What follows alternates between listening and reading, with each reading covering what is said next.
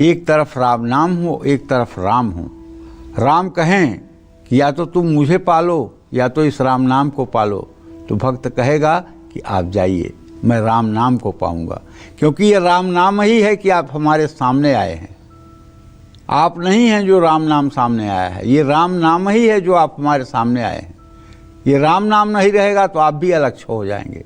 जैसे पतंग डोर से बंधी होती है, जब तक डोर आपके हाथ में है पतंग आपके पास आ जाएगी, लेकिन जब डोर आपके हाथ से छूट गई तो पतंग आपके हाथ कभी नहीं आएगी। इसी तरह से राम नाम डोर है और राम जी पतंग हैं। अगर आप राम नाम का जप करेंगे तो एक दिन राम का साक्षात्कार आपको होगा। राम नाम एक ऐसा महामंत्र है जिसे महेश्वर श्री शिव जी जपते हैं और उनके द्वारा जिसका उपदेश काशी में मुक्ति का कारण बनता है, तथा जिसकी महिमा को गणेश जी जानते हैं, जो इस राम नाम के प्रभाव से ही सबसे पहले पूजे जाते हैं। राम नाम की महिमा जगत में सूर्य पोषण करता है, चंद्रमा अमृत वर्षा करता है, राम नाम विमल है। जैसे सूर्य चंद्रमा को राहु केतु ग्रहण लगा देते हैं, लेकिन राम नाम पर कभी ग्रहण नहीं लगता है। चंद्रमा घटता बढ़ता रहता है, लेकिन राम तो सदैव बढ़ते रहते हैं। यह सदा शुद्ध हैं, अतः यह निर्मल और चंद्रमा और तेजस्वी सूर्य के समान है। जो लोग चाहते हैं कि हमारी सद्गति हो, बहुत बिरले लोग हैं जो चाहते हैं कि हमारी सद्गति हो। नहीं तो 75 साल का बूढ़ा भी कहता है कौन सा बिजनेस करूं, अब कौन सा काम मेरे लिए फलदायी रहेगा। शेयर का काम कर लूं, ये काम कर लूं, वो काम कर लूं। मतलब सनातन धर्म में 75 वर्ष की उम्र संन्यास के लिए कही गई है, और यहाँ 75 वर्ष का बूढ़ा कमाने के लिए सोच रहा है। पूछो क्यों कमाना चाहते हो भैया? बच्चों के लिए, बच्चों के भविष्य के लिए। अच्छा, बच्चों के भविष्य के लिए कमाना है तो 500 करोड़ कमा दो। 1 करोड़ 2 करोड़ क्यों कमाना चाहते हो? अब वो 500 करोड़ की कमाई केवल और केवल भजन से होगी। अपनी भजन को इतना बढ़ा दो, अपनी भजन को इतना बढ़ा दो कि तुम्हारे आगे आने वाली पीढ़ियां चाहे जैसे भोग विलास में रहें, तुम्हारे भजन रूपी धन की अगर कमी नहीं होगी तो उनका प्रारब्ध बुरा भी होगा, तब भी वो जिंदगी भर ऐश करेंगे। हमारे यहाँ कहावत है, उत्तर प्रदेश के पूर्वी हिस्से में, उपजहि पूत पिता के धर में, खेती उपजई अपने कर में। मतलब पुत्र का जो उन्नति और उत्थान होता है वो पिता के धर्म से होता है। जाकर पिता पात की होई, ताकर वंश चले ना कोई। और जिसका पिता पापी, नीच और दुष्ट होगा, संसार को दुख देने वाला होगा, उसका कभी कल्याण नहीं होगा। इसलिए हर पिता को चाहिए कि वो अपने बच्चे के लिए धन भले न जुटाए, दौलत भले न जुटाए, लेकिन धर्म की पूंजी ऐसी जुटा दे कि बेटा चाहे तो भी उसको कभी खर्च न कर पाए, खर्च करते करते थक जाए लेकिन उसे ख़त्म न कर पाए। और वो सिर्फ भजन से संभव है। और भजन राम नाम है, भजन कृष्ण नाम है, भजन शिव नाम है, भजन दुर्गा नाम है। भजन से बढ़ करके कुछ भी नहीं है।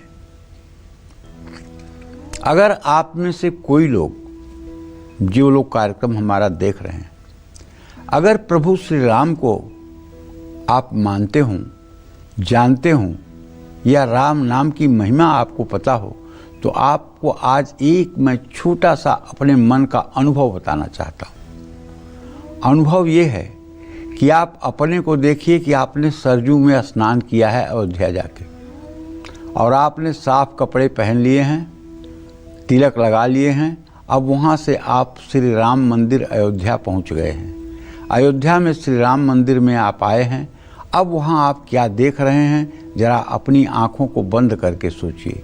वहाँ एक स्फटिक का बहुत बढ़िया 3 फीट चौड़ा और 6 फीट लंबा एक स्फटिक का दिव्य सिंहासन है, और उस सिंहासन पर दूब घास के रंग का ऊनी कालीन बिछा हुआ है और उस सिंहासन पर दोनों तरफ केसरिया रंग के मसनद रखे गए हैं और बीच में पीले पीले रंग की मुलायम तकिया पीछे की तरफ रखी गई है। उस पर बाएं तरफ प्रभु श्री राम, जिनका रंग पान के पत्ते की तरह है। पान के पत्ते का रंग जानते हैं ना, नीलाभ, पान के पत्ते की तरह जिनका रंग है और जो करोड़ों कामदेव की उपमा को भी झूठा कर रहे हैं, जिन्होंने पीतांबर धारण कर रखा है, जिनके हृदय पर श्रीवत्स और कौस्तुभ मणि है, जिनके गले में एक बनमाला पड़ी हुई है, जिन्होंने पीले रंग की जनेऊ पहनी हुई है, जिनके सर पर मुकुट है और जिन्होंने काखा सोती बांधी है। काखा सोती उसको कहते हैं कि एक मतलब कि रुमाल को फोल्ड करके और उसको इस तरह से बांधे जैसे जनेऊ पहनी जाती है और नीचे की तरफ उसमें गांठ लगा दें तो इसको काखा सोती कही जाती है। और प्रभु ने अपना बायां पैर एक बढ़िया रत्न जटित सिंहासन, छोटा सा पीढ़ा है, उसके ऊपर कालीन बिछा हुआ है, उसके ऊपर प्रभु श्री राम ने अपने चरण कमल रखे हुए हैं और दाहिना पैर उठाकर उन्होंने अपनी बाईं जांघ पे रखा हुआ है। दाहिने पैर के तलवे की लालिमा माँ जानकी की तरफ है और माँ जानकी नीले रंग के परिवेश में, नीले रंग के साड़ी में, नीले रंग के परिवेश में मुकुट धारण किए हुए, करोड़ों चंद्रमा से भी ज़्यादा देदीप्यमान तेजमान होते हुए अपने दोनों पैरों को नीचे रत्न जटित पीढ़े पर मुलायम कालीन जहाँ बिछा हुआ है वहाँ उन्होंने रखा हुआ है। अब यही दृश्य आप अपने हृदय में धारण कर लीजिए और इसी दृश्य को बार बार देखते हुए आप राम राम राम, सीताराम सीताराम सीताराम, इसी में खो जाइए।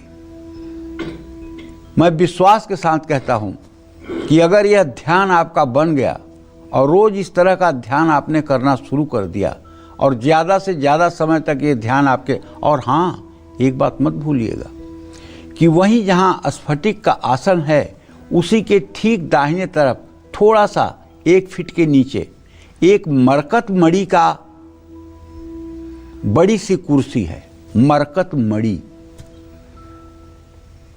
और नीचे एक छोटा सा रत्न जटित उनके लिए भी पीढ़ा है। उस पर कौन बैठे हैं? लाल वस्त्र पहने हुए हनुमान जी, पुष्पमालाओं से आच्छादित। और हनुमान जी के चरण कहाँ हैं? उसी रत्न जटित पीढ़े पर। और हनुमान जी कर क्या रहे हैं? एक दृष्टि से प्रभु श्री राम की तरफ देख रहे हैं और आंखों से अश्रुधारा प्रवाहित हो रही है। सिर्फ ये सोच रहे हैं कि कब प्रभु का कोई आज्ञा हो और मैं उठ करके वो सेवा कर दूं। अपलक श्री राम को निहार रहे हैं। जब हनुमान जी ज्ञानी नाम अग्रगण्यम होकर के अपलक राम को देखना चाहते हैं, हम मूर्ख लोग क्यों नहीं देखना चाहते?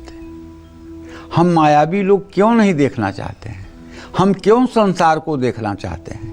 हम क्यों राम को नहीं देखना चाहते? क्यों माया ने हमारे आंखों पर ऐसी पट्टी बांधी है कि हमें राम नहीं दिखाई देते हैं? इसके लिए सत्संग की जरूरत है। इसके लिए किसी गुरु के सामर्थ्य की जरूरत है। इसके लिए स्वाध्याय की जरूरत है। इसके लिए सात्विक खान पान की जरूरत है। इसके लिए शुभ चिंतन की जरूरत है। तब ये जीवन धन्य बनेगा। मनुष्य पानी के एक बुलबुले से ज्यादा कुछ नहीं है। जैसे पानी का बुलबुला 1 मिनट के अंदर फूट जाता है, उसी तरह से 60, 70, 80 साल की उम्र में पानी के बुलबुले की तरफ मनुष्य फूट जाता है और बेकार घमंड करता है। अरे आपकी 3 पीढ़ियों के पहले का कोई नाम नहीं जानता है तो आपका नाम कौन जानेगा? जिस वाहवाही के लिए आप मर रहे हो, एक दिन आप इतिहास के पन्ने में भी नहीं रहोगे और ख़त्म हो जाओगे। तो कम से कम कुछ कर लो, कुछ ऐसा कर लो कि आगे का टिकट बन जाए, आगे जाकर आपको कोई स्टेशन पर घसीटे ना, WT के नाम पर आपको गिरफ्तार न किया जाए। और वो टिकट सिर्फ भजन ही है और किसी चीज़ से नहीं, भजन से ही मिलेगा। इसलिए जितना हो सके राम नाम का जप करिए। राम नाम मणिदीप धरु जीह दे हरि द्वार, तुलसी भीतर बाहरऊ जौ चाहतऊ जियार। गोस्वामी जी कहते हैं, अरे रसना सांपिनी बदन बिल जे न जपई हरि नाम, जाको प्रिय न राम तासु विधाता बाम। ये शरीर रूपी मुंह एक बिल है और इस बिल में रसना माने जीभ सांपिन रहती है। इसको सांपिन कहा है तुलसीदास जी ने। क्यों? यही जीभ लोगों को गाली देती है, यही जीभ लोगों की निंदा करती है, यही जीभ लोगों की चुगली करती है। तो जब ये जहर उगल रही है तो ये सांपिन नहीं तो है क्या? ये सांपिन तभी, सांपिन का विशेषण इसका तभी खत्म होगा जब ये राम नाम रटेगी। जब ये राम नाम रटेगी तो इसका सांपिन का भी जो इसका विशेषण है वो खत्म हो जाएगा। और जो राम नाम नहीं जपती है वो सिर्फ नागन है। किसी को बेइज्जत करना, किसी को अपमानित करना, किसी को कड़वे वचन बोलना, किसी की निंदा करना, किसी के हृदय को दुख पहुंचाना, यही सब काम ये जीभ करती है। और जाको प्रिय न राम, जिसको राम जी प्रिय नहीं है, समझ लीजिए उसके लिए तो विधाता ही विपरीत हैं। इससे ज़्यादा मेरे पास कहने के लिए कोई शब्द नहीं है। जय मां विंध्यवासिनी। हमारे एक दर्शक शिखा जुड़ चुकी हैं सीतापुर से, आप सवाल पूछ सकती हैं। विंध्यवासिनी पंडित जी। जय मां विंध्यवासिनी। शिखा पंडित जी, अपने बड़े भैया जी के बारे में पूछना चाहते हैं। उनकी डेट ऑफ बर्थ है सन 1988, समय है सुबह 8:58। पंडित जी वो प्राइवेट जॉब करते थे, आज 6-7 महीने हो गए उनकी जॉब छूट गई है। कई जगह ट्राई कर चुके हैं पर कोई काम नहीं बनता है, उनकी जॉब लगते लगते रह जाती है। पंडित जी इनकी जॉब कब तक लगेगी, कृपया मार्गदर्शन करें और कोई उपाय बताएं। अभी तो बेटा नौकरी में इनके समय दिखाई दे रहा है। मार्गदर्शन मेरा ये है इनके लिए, नौकरी अच्छी पाने के लिए, कि ये राम रक्षा स्तोत्र का सुबह शाम 5-5 बार पाठ करना शुरू करें।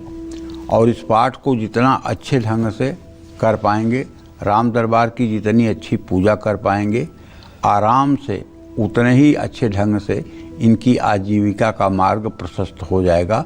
कोई चिंता करने की बात नहीं है।